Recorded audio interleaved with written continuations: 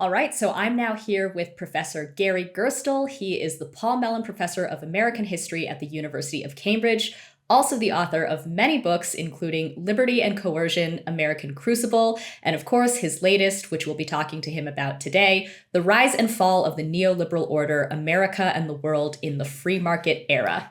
Professor Gerstle, great to have you on. It's nice for you to have me. Thank you. So I want to start with literally just the title of your book, The Rise and Fall of the Neoliberal Order. Now, you don't call it The Rise and Fall of Neoliberalism. You don't call it The Rise and Fall of the Neoliberal Era. And this may kind of sound like splitting hairs a bit, but obviously what I'm getting at is you mean something very specific when you talk about a political order, right? So maybe just to start, what distinguishes a political order from, say, a political movement or just any other political ideology? And what have the major political orders in the U.S. been? Well, I first introduced the concept political order about 33 or 34 years ago with the co-author of mine, Steve Fraser, when we did a book called The Rise and Fall of the New Deal Order.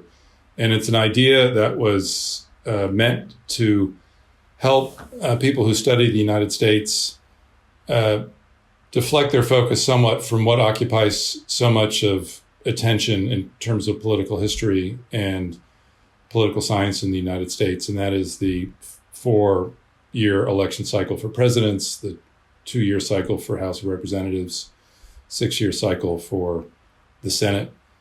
It's right that the focus is on these short election cycles because they matter, but not everything can be comprehended within those short 2, 4, and 6-year intervals. And political order is meant to bring into focus longer sways in American politics. And political order is a constellation of institutions backed by a political party involving networks of policymakers and people who seek to define the good life in America.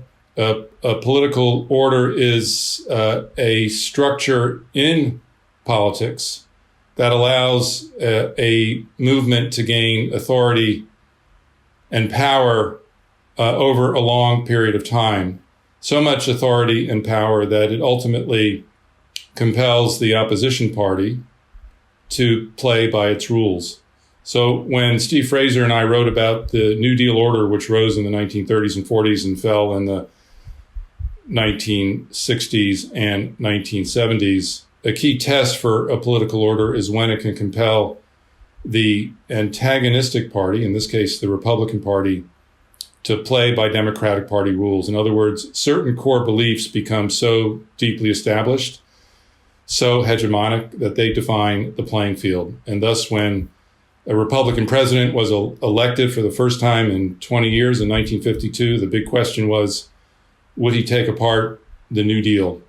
And he did not. He preserved the core pillars, the core elements of the New Deal, and that included rights for labor, Social Security, a progressive income tax that exceeded 90% of a Republican Party president signed off on a deal like that today, he'd be put on the first boat to somewhere outside the Western Hemisphere. What is it that compels an opposition party to play by the terms of the dominant party? And the answer to that is a political order, a set of institutions, ideologies, networks that become so powerful and so compelling that they define, in a way, the entire terrain of American politics. And what I mean by the entire terrain of American politics, it's not that everyone in America has to speak that language, but if you want to get elected, if you want to have political influence within the dominant structure of politics in the United States, that's what you have to do. The neoliberal order arose with the Republican Party in the 1970s and 80s, and this became an order, I argue, when Bill Clinton in the 1990s during his presidency brought the Democratic Party on board with what was a Republican political order. And what is striking about the Clinton era and the Clinton presidency is the degree to which the freeing of markets from public regulation, the commitment to deregulation, the celebration of globalization, free markets everywhere. Arguably, Clinton did more to facilitate that than Reagan himself had done. And that indicates to me that a political movement, what had been a neoliberal political movement, had established itself as an order and ability to define the terrain of American politics. We are living through what I argue is the end of the neoliberal order. That does not mean that ideas of neoliberalism end. Social Security is still around. The New Deal order is not. There will be elements of neoliberal thinking that continue to characterize American life for a long period of time. But the ability of an order to compel acquiescence, to compel support, to define the parameters of American politics, that is no longer the case. Right. Jacobin would not have the influence it has if this had begun in 1995 or 1996. Bernie Sanders was a completely irrelevant player in American politics in the 1990s and first decade of the 21st century. And suddenly his ideas matter a great deal. Trump is a wrecker of the neoliberal order. He too was unimaginable as president in the 1990s. The fact that the voices once consigned strictly to the periphery are now considered mainstream is one sign that the authority that a political order once commanded is breaking up. So I want to stay on this question, actually, of sort of moving from the fringe or the margins to the center, because that's obviously part of the story of the rise of neoliberalism as well. And I think that, lots of people are sort of familiar with thinkers like Milton Friedman and institutions like the Mont Pelerin Society as kind of the early ideological architects of neoliberalism. But obviously, as you point out in your book, those groups and thinkers were themselves fringe at one point, basically up until the 1970s. So I guess the question when it comes to the rise of the neoliberal order is what were the political and economic conditions that allowed these ideas to move from fringe to center? It's a great question.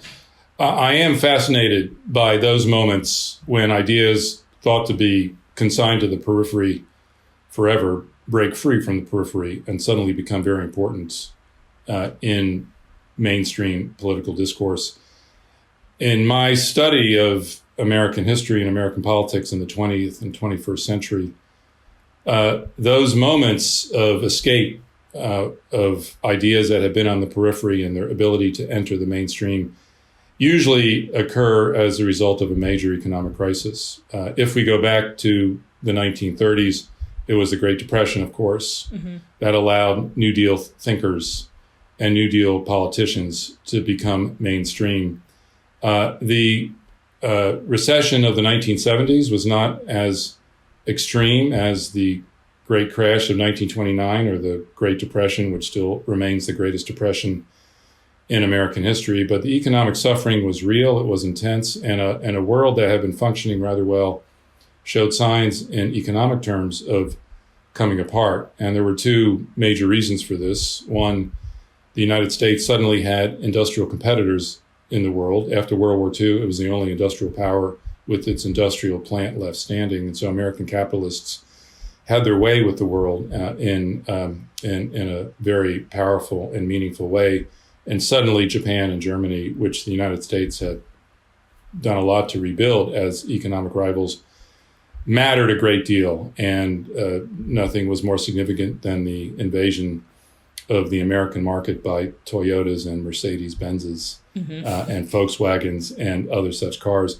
The other big change in the 1970s was a profound alteration between the global North and the global South. The global North had been able to set the commodity prices of resources located in the global South, and that ceases to be the case in the 1970s. The clearest case with that is petroleum. Anglo-American companies had controlled the extraction of oil from the Middle East, how much was to flow, what price was to be set. They floated a lot, they kept the prices cheap, and then Saudi Arabia and later Iran and then other major oil producers in the Middle East began to say, these are our resources and they are under our control. We are going to set the volume and the price and the terms under which they enter global trade and the degree to which we're going to supply the industries of the global north. And a global north that had thrived on cheap energy, the energy sources controlled by companies in the global north, that is no longer the case. And economies that have been functioning very well in the global north cease to function. The Keynesian toolkit, which had done so much to manage capitalism to keep it going and keep it relatively stable and to take the public good into consideration, the toolkit that they have been using is no longer working. Something that wasn't supposed to happen happened. A new term is coined for it, awkward term, stagflation. Inflation is not supposed to be going up at the same time that unemployment is going up. They're supposed to work in inverse ratio to each other. So something that the Keynesians could not handle occurred. A crisis that had no easy solution enveloped all of the industrialized world, and arguably most severely in the United States, which had been the economy most dependent on the cheap flow of petroleum and oil. And it is this moment of economic crisis that allows ideas that have been well formed, that have been well articulated, but have been marginal to gain a voice that they hadn't previously had. Mm-hmm. The crisis for the neoliberal order comes in the wake of the Great Recession of 2008, 2009. Right. And this also allows ideas that had been on the periphery to enter the mainstream in a very profound way. So I locate the origins of new economic orders in these moments of mm-hmm. economic crisis. So I want to stay on this kind of question of the development of neoliberalism for a second, because something else that is really interesting that you point out is that neoliberalism is not just a new type of conservatism. In fact, something that you sort of pull out in your book is that, actually ideas from the New Left and even, anti-establishment figures like Ralph Nader, who we don't think of as conservatives at all, kind of come to help legitimize the neoliberal order. So I guess the question here is how exactly did values that we now associate with, so-called progressive attitudes like cosmopolitanism and multiculturalism and, personal freedom and personal liberation, how did they become central to the neoliberal order, and how important are they to the neoliberal order? Well, this is a controversial argument that I make. Yes. I'm committed to it. I think it'll be particularly provocative and controversial for your listeners, and I've had some pushback on this, and I expect to get more. And I say this as someone who was himself a member of the New Left in the early 1970s. The key idea here is freedom. Mm-hmm. And there are different definitions that one can impart to freedom. And liberalism and the left share elements of a concept of freedom. They define it in different ways at different moments of time. But they have the ability to discuss these ideas and to share elements of the same ideas with each other. So it shouldn't surprise us, I think, that there are moments of intersection and interaction. I should say,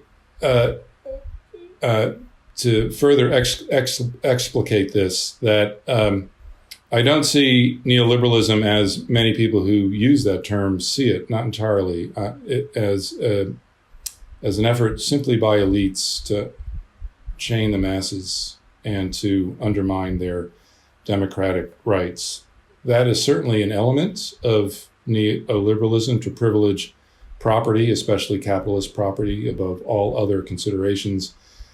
But in my view, if we're to understand the popularity of these ideas in the United States, we have to also see the ways in which neoliberal ideas were able to attach themselves to classical liberal ideas of the 18th and early 19th century of freedom and emancipation. Mm-hmm.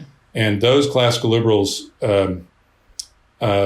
believed seriously in a kind of freedom that they didn't think was available. They saw a world crushed by monarchies, aristocracies, elites, ordinary people having no shot at anything, and they carried forward a message of emancipation, overthrow aristocracies, overthrow monarchies, free the individual from constraint, allow individual talent to flourish, allow people to work hard and be rewarded for it.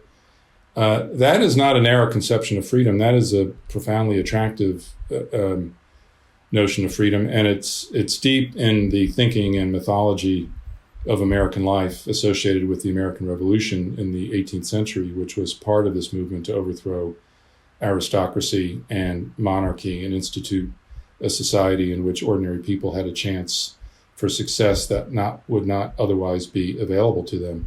Now, this dream of classical liberalism proved very effective at releasing the forces of capitalism in the West, in the United States, and in Europe, and by the late 19th and early 20th century, new voices began to appear. They're calling themselves socialist and then communist, saying, "Hey, wait a minute! The liberty that classical liberalism is offering is a counterfeit liberty. It's simply allowing capitalism to unleash itself and privileging capitalist elites." And socialists and communists took it upon themselves to redefine freedom in ways that benefited working people rather than elites. And this became a set of the most powerful and popular movements of the 20th century. But by the 1960s, and you're getting a very abbreviated, compressed history here, but I have to do that for the purposes of this, and you can follow up with other questions if you wanted to. By the 1960s, the oppression of ordinary people is seen not just as the work of capitalist elites, but seen by many as the work of government states that had gotten too strong and too powerful. And this was the case in the Soviet Union. Obviously, it was a case in China in which private property had been eliminated, but a new center of power had become so powerful that individuals were not experiencing freedom in a meaningful way. And the New Left undertakes to critique not just capitalist power, but state power. And central to the ideology of the New Left was the notion that the system, and this was a common term in the 1960s and 70s, the system, which meant an alliance of private corporations with state regulators, were stripping people of their freedom. This becomes a very popular way of thinking in the 1960s and 70s. And even the agencies of the New Deal set up to regulate capital in the eyes of many new leftists. These agencies had been captured by private interests, so they were no longer regulating oil or steel or other companies in the public interest. The regulators were serving the interests of corporations, were serving the interest of capital. And so there arose a movement to free the individual and his or her person from all oppressors. And the state was figured as an oppressor in this. And the New Left thus became, as in many cases, as critical of the configuration of the American state of the 1960s and 70s as it had of private capital. And so what emerged as part of the New Left was an anti-statism and a privileging of the individual and his or her consciousness and his or her freedom over all large structures, public and private, that might constrain unduly their freedom. And once you begin to enter that line of thinking, you begin to see how there can be an intersection between some of the ideas of the New Left and part of what neoliberals were themselves arguing. It's not to say they merged, and I'm not making an argument that the New Left sold out. It's not an argument about hypocrisy. It's not an argument of people pretending to be one thing and actually in their souls being another. It's more a story of how critiques that emerge of established structures seem to be oppressive, how the voices emerging for this on the left in ways that they emerged in ways that brought them in conversation to people on the other side of the political spectrum. And one of the very concrete ways in which this manifested itself was in the computer revolution, and not just the computer revolution, not IBM, it's the personal computer. It's the dream of Apple, of Steve Jobs, of Stuart Brand, who was a hippie, who wrote the Bible of hippiedom, one of the Bibles of hippiedom, which the Whole Earth catalog, published in the late 60s and early 70s. And contained in that was a desire to free the individual in some very deep and profound way from all structures that were seen as serving as mechanisms of oppression.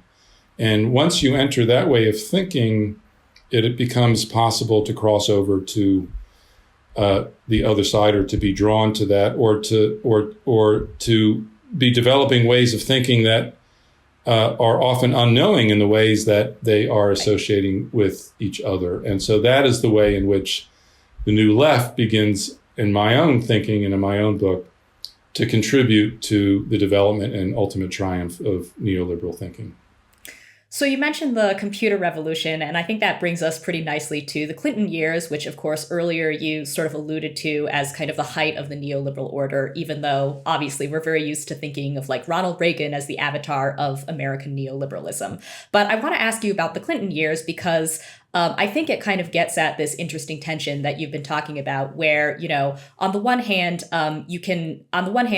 people who are left of center, or who, you know, are identified with the left or progressive or Democrats or whatever, can kind of sort of champion these notions of personal freedom and, you know, liberation, and be very different from Republicans and conservatives in kind of a cultural way. And we see that a lot in the 90s, right? Like people think about the 90s as a time of like intense like division and fractiousness between the Republicans and the Democrats, and intense political polarization. But at the same time, as you obviously point out, the neoliberal order was sort of consolidated during this period. So what exactly was going on during the Clinton years that consolidated the neoliberal order? Well, part of it was the computer revolution and the techno-utopianism that surrounded the computer revolution.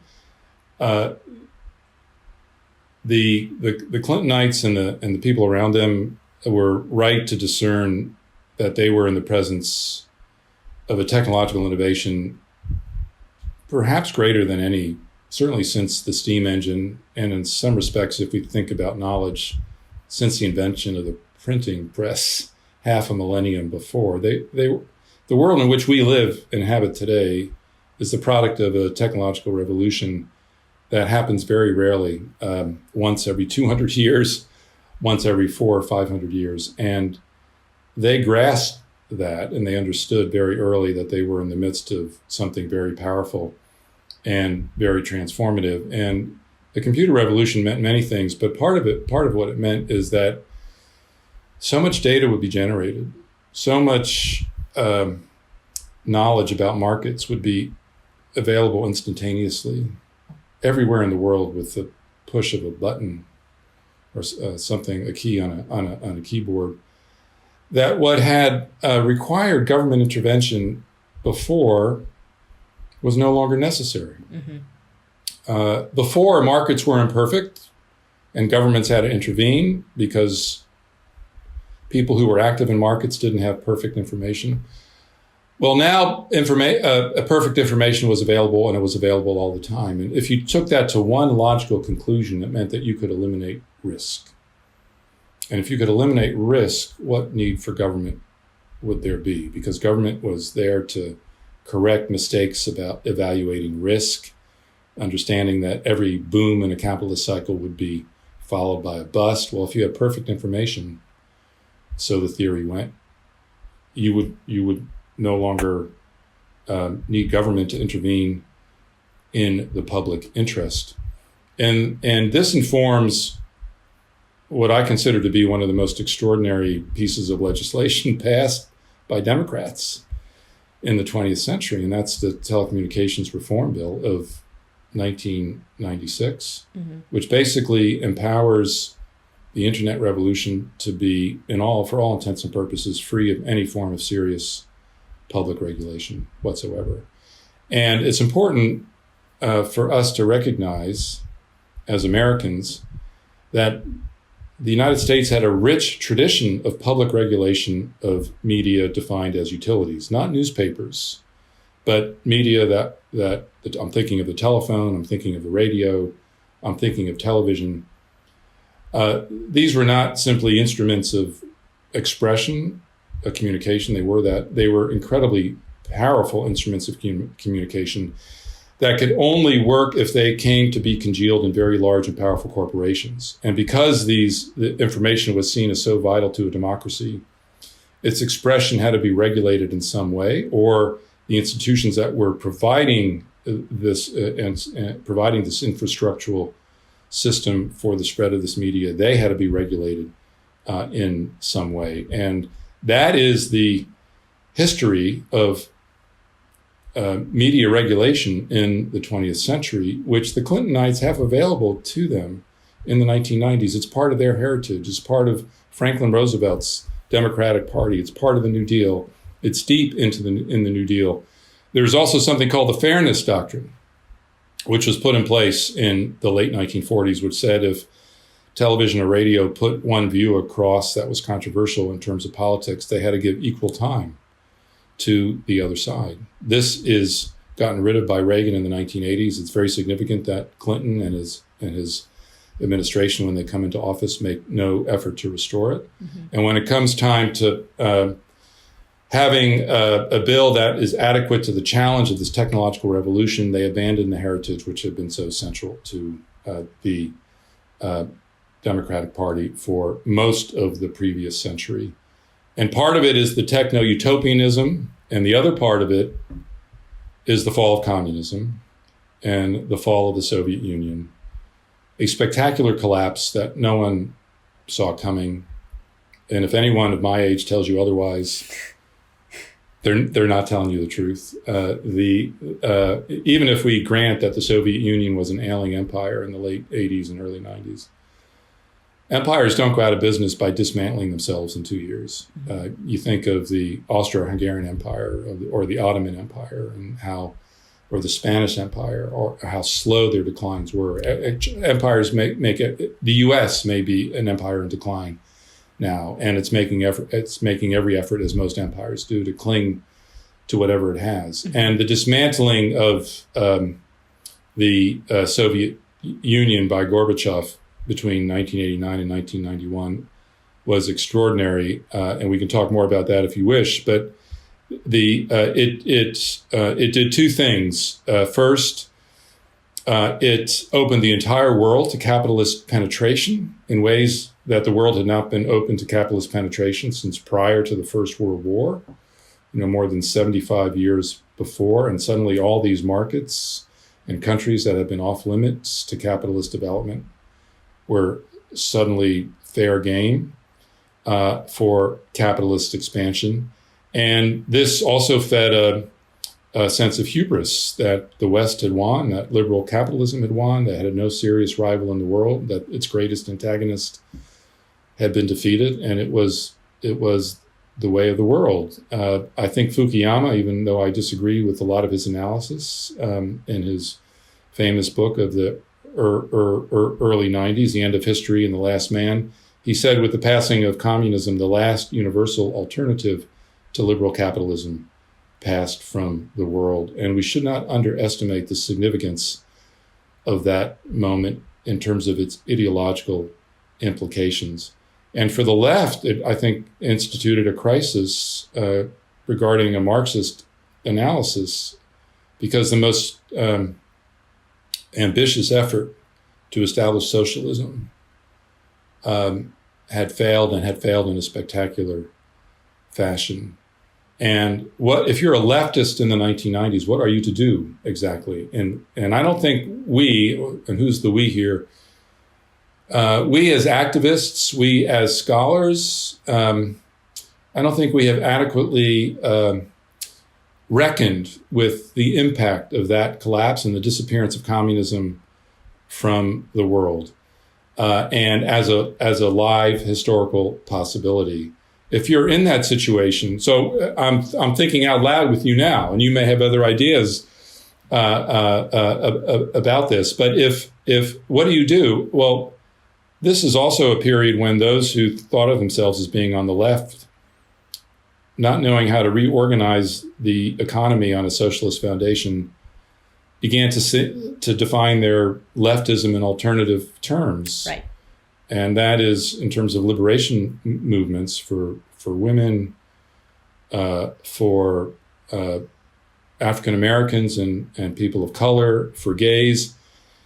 And the 90s becomes a time of a rich development of cosmopolitan thinking. One of the points I make in the book is that this cosmopolitan thinking is something that a globalized neoliberal world is very comfortable with. Mm-hmm. This is not to say that people who were pursuing liberation on the left were themselves neoliberals, but it afforded a kind of consonance, a convergence, mm-hmm.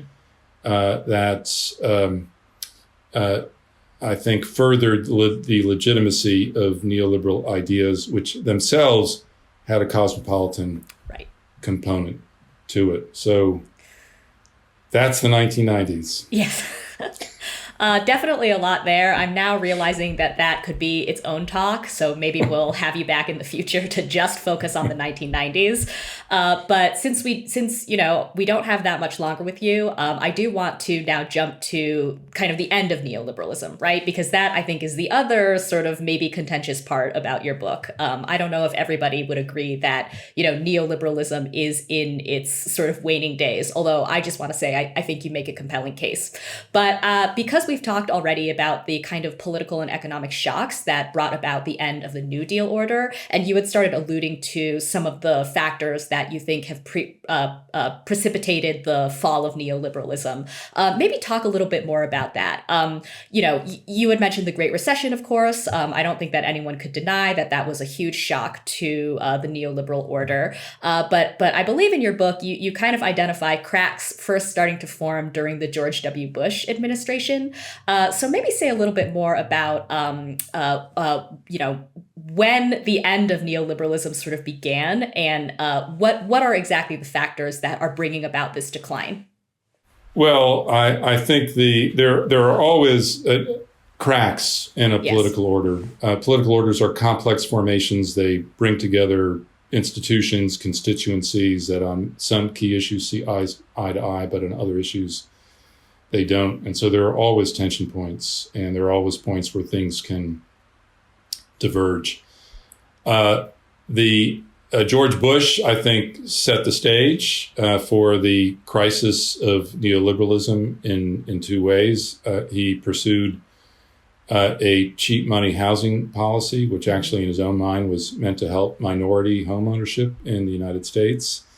Because he was not willing to appropriate actual money for this, that could only be done by extending debt and extending mortgages to people who had previously been denied mortgages by banks, setting them up for failure in a way. And again, this could happen because of the utopianism surrounding the technological revolution. We are so good about spreading debt throughout the entire world, hiding it as small parts of much bigger packages of assets that even if some housing districts go bust, it's not really going to matter that much. And this is the story of the derivatives. Now, I think, is not the time to go into that very deeply, but I think listeners will understand mm-hmm.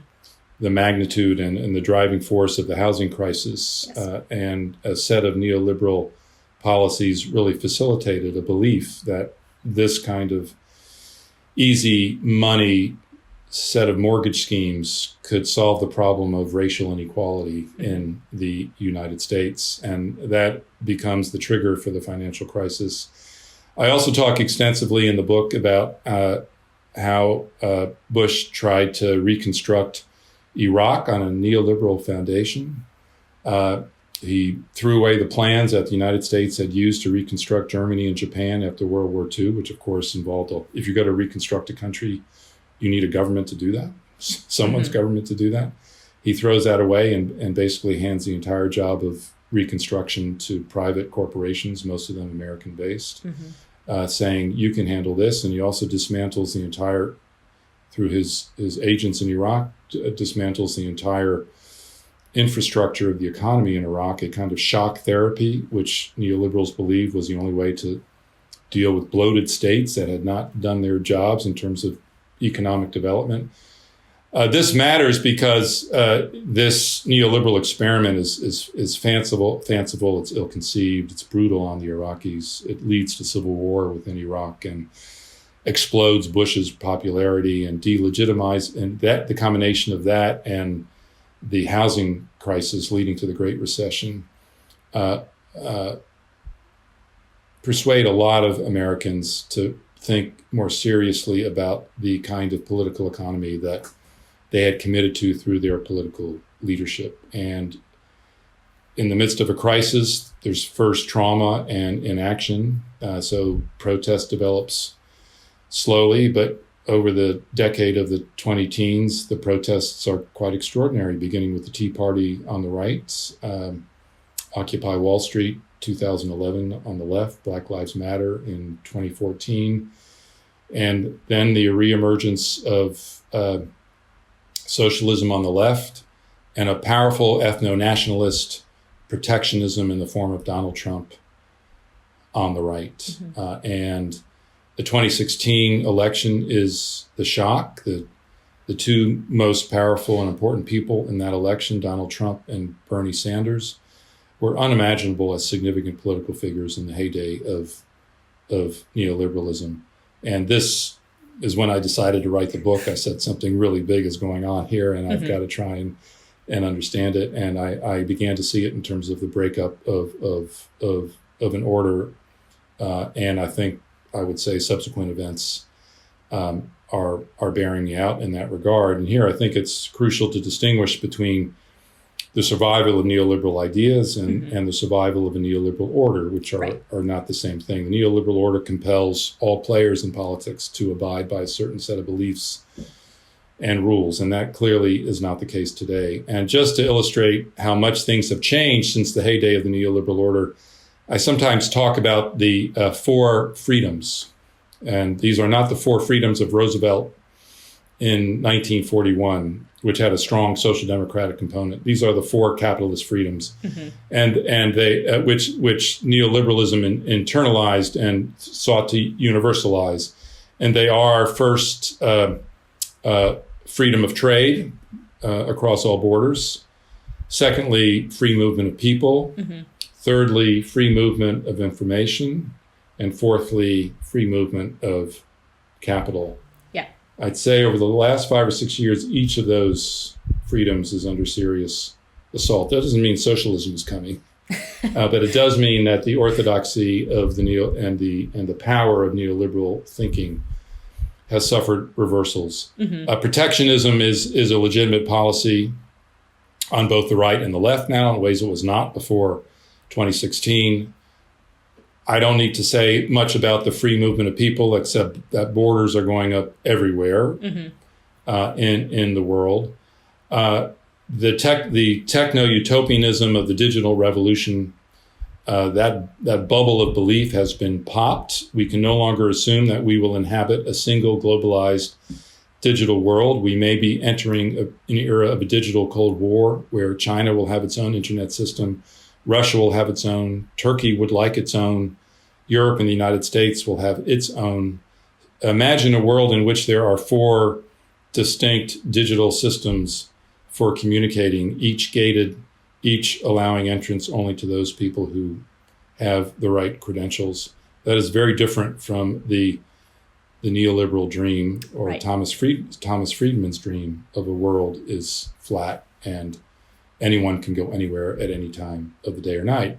And I think with regard to Ukraine and Russia now, we can see quite extraordinary controls on capital being imposed, both on Russian assets in the West, but also in terms of regulations governing corporations' freedom to go into Russia and do business there, a rethinking of supply chains, Governments beginning to think now, well, we can't really let capital do exactly what it wants to do because they may try and reestablish these long supply chains that with a country that we might be at war with in 5 or 10 years or even 2 years from now. I mean, the Taiwan issue hangs all over this. So governments begin to say, we have to direct the economy. We need essential products produced either internal to the country or close to home and allies that we can trust. And so national security begins to trump the free movement of capital in terms of the design of political economy. The amount of thinking going on this issue in the world right now, a lot of it's not visible yet, but it's going on by governments saying what are the essential resources that we need? How do we assure that they will continue to flow into our country if we can't produce them internally? And corporations making all kinds of calculations about whether they have a future in China. And if they don't have a future in China, where are they going to build their facilities? What is the role of government in restructuring a global political economy? Right. And I think if we think in these terms, we can begin to think the degree to which I think, anyway, we are moving away from the heyday of the neoliberal order. Well, so of course I have to wrap up on the question of what comes next, right? And just to build off of what you've been talking about, I think often when people sort of invoke the end of neoliberalism, the implication is that something better or at least something new is like right around the corner. And obviously, as you've just pointed out, and you say in your book, we could be living in kind of the detritus or the wreckage of the collapsing neoliberal order for quite a long time. So, one question for you obviously is, do you see signs of new political orders forming, and what are those? And then I guess just for my part, when we're thinking about the end of the New Deal order, as you had spoken about earlier, the New Deal order was defined by kind of this compromise between capital and labor, right? And the neoliberal order is very different insofar as, obviously I'm summarizing a lot here, but it really represents to a great degree the kind of triumph of capital over labor and the subsequent, massive upward transfer of wealth in a way. So this is Jacobin, so of course I have to ask you the question about class power. It stands to reason that capitalists would be very invested in preserving the neoliberal order, where that might not have existed for the New Deal order. So maybe a simple way of asking the question is, do you think that capital can revive the New Deal order? I'm sorry, the neoliberal order. Yes, but there's no guarantee that they'll be able to do so. I think the world right now is a very scary place for them. I think also the kind of asset inflation that has been going on for 30 or 40 years now, the financialization of the economy, which has a lot to do with the upward drift of money and profits and wealth that you referred to a moment ago. There are signs now that bubble may be popping. So I now, if you ask me, are they going to do everything to retain their wealth and retain their privilege? Absolutely, but it's not clear that they are going to be able to do that. And I think part of the lesson of the New Deal order is that there are circumstances in the world that will incline capital to compromise in ways that they may not wish to, but nevertheless feel compelled to, as the least worst of the alternatives facing them. And one of the questions now is what will strike fear in the hearts of capital? What will incline them to compromise? Of course, one important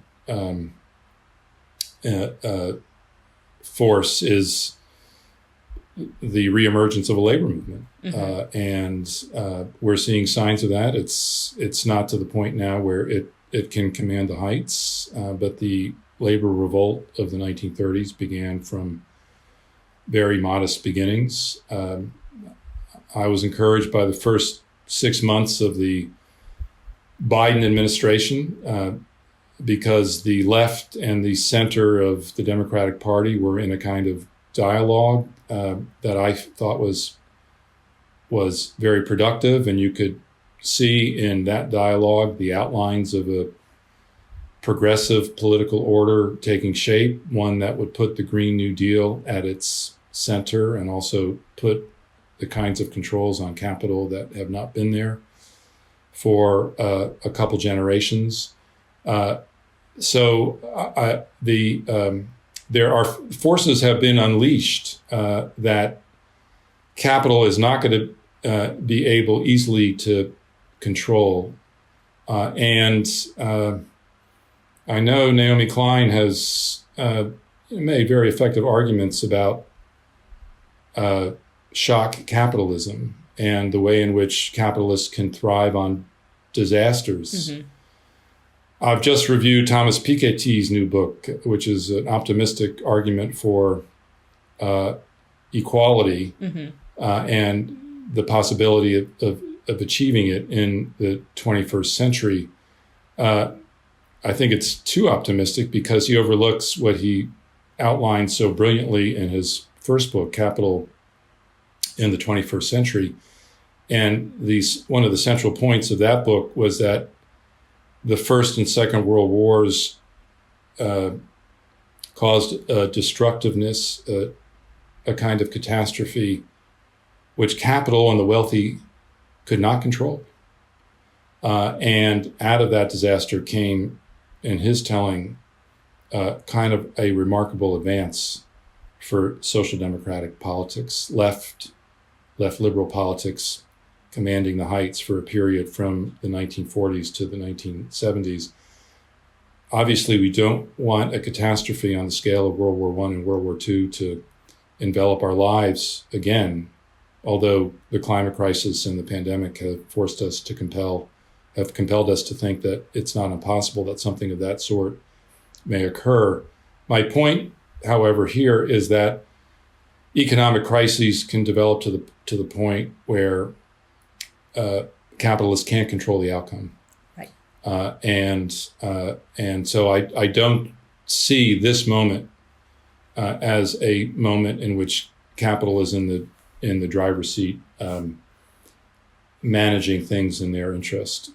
If you're asking me, could that be the outcome of the crisis through which we're living? Could a neoliberal order or an order deeply privileging capital reemerge by the end of the 2020s in the United States and the world?